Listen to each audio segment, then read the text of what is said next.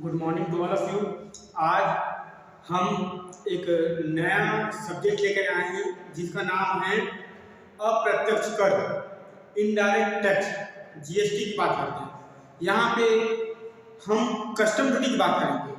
Custom duty के बारे में मैंने पिछले क्लास में जो चर्चा किया था कि कस्टम ड्यूटी है क्या चीज़, उसको कैसे कैलकुलेट करते हैं, इन सब चीज़ों के बारे में मैंने चर्चा कर दिया था।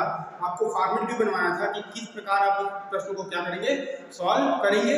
तो आइए हम जो है क्वेश्चन नंबर 1 जो हमारा एग्जाम क्वेश्चन है, प्रैक्टिकल क्वेश्चन है, उसका क्वेश्चन नंबर 1 को सॉल्व करने की कोशिश कर रहे हैं, करते हैं। चलिए देखिए क्वेश्चन में क्या दिया है। ये सीमा शुल्क दूसरे कंट्री से लेकर के अपने कंट्री की सीमाओं के बीच सीमा के बीच जो टैक्स लगता है वो होता है सीमा शुल्क की बात करते हैं। तो हम यहाँ पे जापान से एक जो है मशीन आयात कर रहे हैं जिसका मूल्य है 2 लाख येन। तो जापान से जब हम क्या निकाल ले रहे हैं, मशीन ले रहे हैं, तो यहाँ सबसे पहले लिखिए कॉस्ट ऑफ मशीन कितना है, 2 लाख येन, और एक येन के बराबर दिया कितना दिया है, 50 पैसा। ठीक, तो अगर इसका हम मल्टीप्लाई करके अगर 50 पैसे मल्टीप्लाई करें तो कितना आ जाएगा, 1 लाख। उसके बाद इसमें कमीशन दिया है, भारत स्थित एजेंट को कमीशन दिया कितना, 15,000 क्या कर दिया, कमीशन दे दिया। दोनों को टोटल करेंगे क्या निकला हमारा, एफओबी निकल गया। ठीक, एफओबी निकल गया, फ्लाइट ऑन बोर्ड, माल का लदान, यानी हम उसको जहाज पे क्या कर दिए, लाद दिए। इसके बाद यहाँ पे अगला दिया है भाड़ा दिया है, जो फ्लाइट है वो दिया है 20,000 येन। फ्रेट एफओबी प्लस क्या होगा, फ्रेट आ जाएगा, ट्रांसपोर्टेशन कॉस्ट 20,000 येन, तो उसका कितना हो जाएगा, 10,000। उसके बाद दिया है जापान से परिवहन का बीमा व्यय, जापान से जब हम लाएंगे तो इंश्योरेंस करवाएंगे, तो इंश्योरेंस का कितना खर्चा दिया है, 15,000। टोटल कर दीजिए कितना हो जाएगा, 1,40,000। ये आपका आ जाएगा सीआईएफ। इसमें एक वर्ड दिया हुआ है कि मशीन का विकास संबंधी व्यय भारत में भुगतान किया। कोई मशीन का व्यय अगर हम भारत में करते हैं, भुगतान हम भारत में करेंगे, उसका कोई मतलब नहीं, हमको विदेश में करना पड़ेगा। मशीन में कोई चेंजेस करवाना है तो हमको विदेश में ही पैसा उसको देकर करेंगे, तब तो एफओबी वैल्यू में ऐड होगा। और यहाँ आने के बाद कुछ भी करिए उसमें आपका कोई एफओबी वैल्यू या फिर एसएफआर वैल्यू कोई चीज ऐड होने वाला नहीं है। तो इसमें इस वाला पॉइंट को, जो आपका तीसरा नंबर का जो पॉइंट है, इसको क्या करना पड़ेगा, छोड़ना पड़ेगा। तो यहाँ आ जाएगा 1,40,000। अब पहले क्या होता था, 1% लोडिंग और अनलोडिंग जो चार्जेस लगते थे, जो एक सर्कुलर जारी करके 2017 में सर्कुलर जारी किया गया 39/2017 में 26 सितंबर 2017 को। उसमें ये बताया गया कि जो आपका लादान का जो 1% जो चार्ज रहेगा उसको क्या कर दिया जाएगा, छूट दे दिया गया। तो वही चीज इसलिए लिखते हैं, loading unloading and handling charge not to be added now amended by circular number 39/2017 dated 26/9/2017। ये आपका हो जाएगा नील। उसके बाद ये जो वैल्यू है, यही वैल्यू आपका जो शेयर्स वैल्यू है वही क्या हो जाएगा, आपका एसेसेबल वैल्यू हो जाएगा 1,40,000। ये आपका था प्रश्न नंबर 1, प्रश्न क्रमांक 1। दूसरा प्रश्न देखिए, दूसरा प्रश्न आपका दिया हुआ है यहाँ पे, अमेरिका से आयातित एक मशीन का शुल्क योग्य मान निम्नलिखित विवरणों से निर्धारित कीजिए। Compute assessable value of machine imported from USA from the following particulars. इसमें दिया है आयातित मशीन का मान, वैल्यू ऑफ मशीन $4,000। कितना दिया है, 4,000। और यहाँ पे एक्सचेंज वैल्यू दिया है अमेरिकी के डॉलर और हमारा कंट्री का, तो वो है 60 रुपये। $1 देंगे तो वो हमको क्या करेगा, 60 रुपये देगा। अगर हमको $1 लेना है तो उसको हमको 60 रुपये पेमेंट करना पड़ेगा। तो कन्वर्ट कर लीजिए, 4,000 इंटू 60 तो हो जाएगा 2,40,000। उसके बाद अगला इसमें दिया हुआ है मशीन के साथ अनिवार्य पूरित एसेसरीज का मूल्य, accessories compulsory supplied with the machine. Machine के साथ तो सप्लाई करना पड़ता है। जैसे हम क्या करते हैं, कोई कार वगैरह लेते हैं, मान लीजिए हम जाके लेते हैं, तो क्या रहता है, कार एक डिब्बा की तरह तो रहेगा ना, तो उसमें आपका साउंड सिस्टम रहेगा, ना तो कोई और भी चीजें रहेंगे, ना डिस्प्ले वगैरह रहेगा जो आप टीवी वगैरह लगाओ, उसको क्या करते हैं, आप अलग से लगवाते हैं। ठीक है, तो उसी तरह अनिवार्य उसके साथ चलने के लिए जो भी अनिवार्य चीज था उसको उल्टी करना, सप्लाई किए कितना, यहाँ कहाँ सप्लाई की, यहाँ सप्लाई की कितना $1000, उसका वैल्यू कितना था 1000 को 60 से मल्टीप्लाई करेंगे कितना हो जाएगा 60,000। उसके बाद हवाई भाड़ा दिया हुआ है, तो जब भी हवाई भाड़ा की बात करते हैं तो एफओबी का 20% देते हैं। हवाई भाड़ा जो है ज्यादा होता है किसके कंपेयर में, शिप के कंपेयर में, तो वहां पे अगर हम ज्यादा भाड़ा देंगे तो हमारा जो वैल्यू होगा एसेबल वैल्यू वो भी बढ़ जाएगा, तो उसलिए उसमें एफओबी का 20% की बात यहाँ पे करते हैं। उसके बाद बीमा व्यय दिया नहीं है। स्थानीय एजेंट को भाड़ा की चुकता कमीशन कितना 9,300 हमने कमीशन दिया। अब इसको चेक करिए कितना है 4,000 डॉलर का हमको 20% निकालना है। 4,000 डॉलर का अगर हम 20% निकालेंगे तो कितना आएगा 1,000 को 60 मल्टीप्लाई करेंगे कितना हो जाएगा 60,000। उसके बाद इंश्योरेंस जब दिया नहीं रहता है तो एफओबी वैल्यू जो भी रहता है उसको 1.125% को लगाते हैं।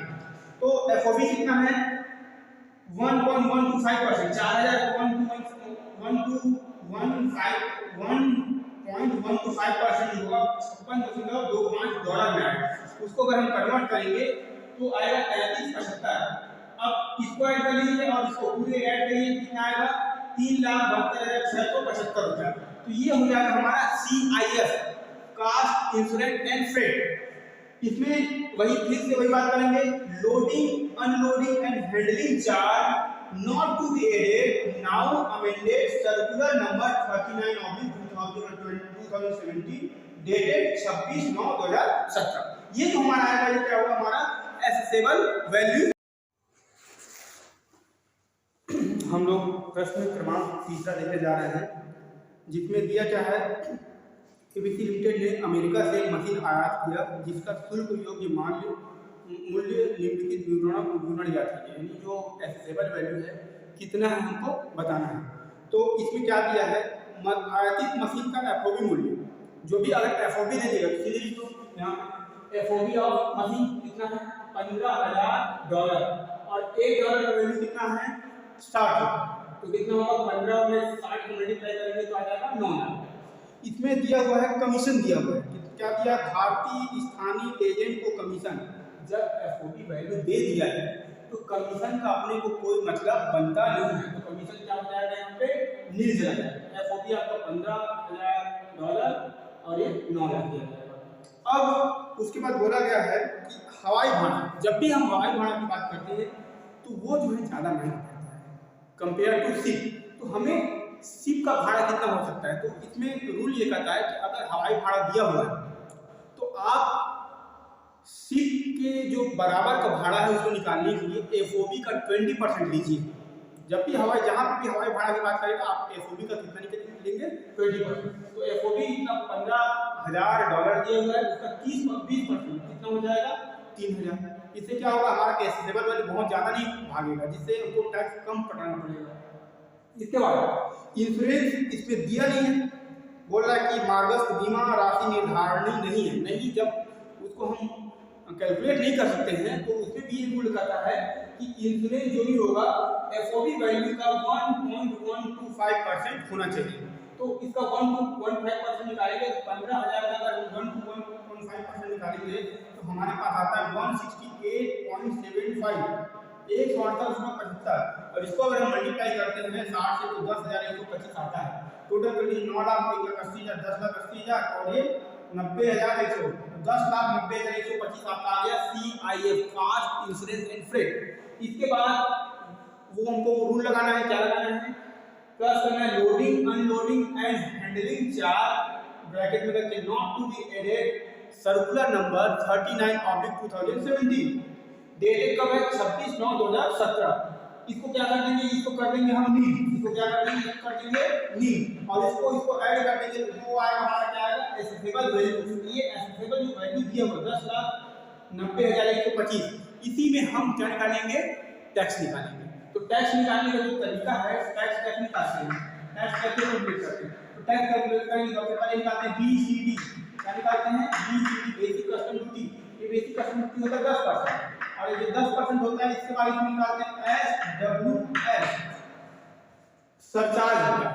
क्या होता है सोशल वेलफेयर सरचार्ज, ये भी होता है 10%। 10% कितना होता है BCD का, BCD ये कितना है इसका 10% क्या होगा SWS। उसके बाद आता है CPA कस्टम टैरिफ एक 1975 का अकॉर्डिंग चलता है, इसमें 12% नहीं कि अलग रेट दिया है, तो बात हम अलग कर लेंगे, अलग 12%।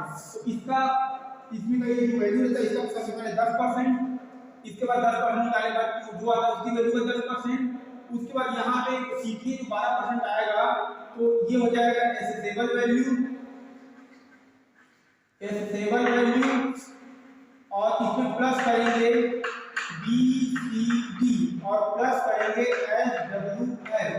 जो वैल्यू आएगा 1 2 3 उसको जोड़ने के बाद जो वैल्यू आएगा यहाँ पे इसका हमको निकालना पड़ेगा कितना परसेंट, 12%। और जब सबको हम ऐड कर देंगे 1 2 और ये 3 तीनों को ऐड कर देंगे तो ये हमारा टैक्सेबल, ये हमारा क्या जाएगा टैक्सेबल। तो आगे इसी को फॉर्मेट में वहां पे बैठाना है और हमारा आंसर आ जाएगा। तो 10 नंबर का ये हो जाएगा और 5 नंबर का आपको एक टोटल नंबर 15 नंबर का सवाल जो आपका सॉल्व हो जाएगा। तो इस तरह से हम जो है आपका कस्टम ड्यूटी का क्वेश्चन को ऐसे ही सॉल्व करते चलेंगे ना। आपको फॉर्मेट देखना कह क्या रहा है, क्वेश्चन क्या कह रहा है, इसमें हमको चर्चा करना है। अगर क्वेश्चन जैसे कि जब बोलता जाएगा वैसे वैसे आप इसको लेते जाइए। हाँ एक चीज ध्यान रखना है, बिल्कुल ध्यान रखना है कि हमें अगर किसी कंट्री से लाने हमारे जो बंदरगाह हमारे जो पोर्ट्स है उसके बाद जो भी खर्चे करेंगे उसका कोई मान्य नहीं होगा, क्योंकि उसके बाद किया गया खर्चे एसेसेबल वैल्यू में ऐड ही नहीं होगा। हमको क्या पड़ रहा है, कस्टम ड्यूटी पड़ रहा है। कस्टम ड्यूटी मतलब एक कंट्री की जो बाउंड्री लाइन है और हमारे कंट्री की बाउंड्री लाइन तक आने तक का जो भी खर्चे रहेंगे वो एसेसेबल वैल्यू के अंतर्गत आएंगे। ठीक है, बाकी अगला जो नेक्स्ट क्लास होगा उसमें हम और भी आगे इसको कैसे सॉल्व करना है उसके बारे में आपको बताएंगे। आप हमारे चैनल को सब्सक्राइब कर लीजिए ताकि नए नए जो वीडियो है उसको नोटिफिकेशन मिलता रहेगा और आपको आगे पढ़ाई में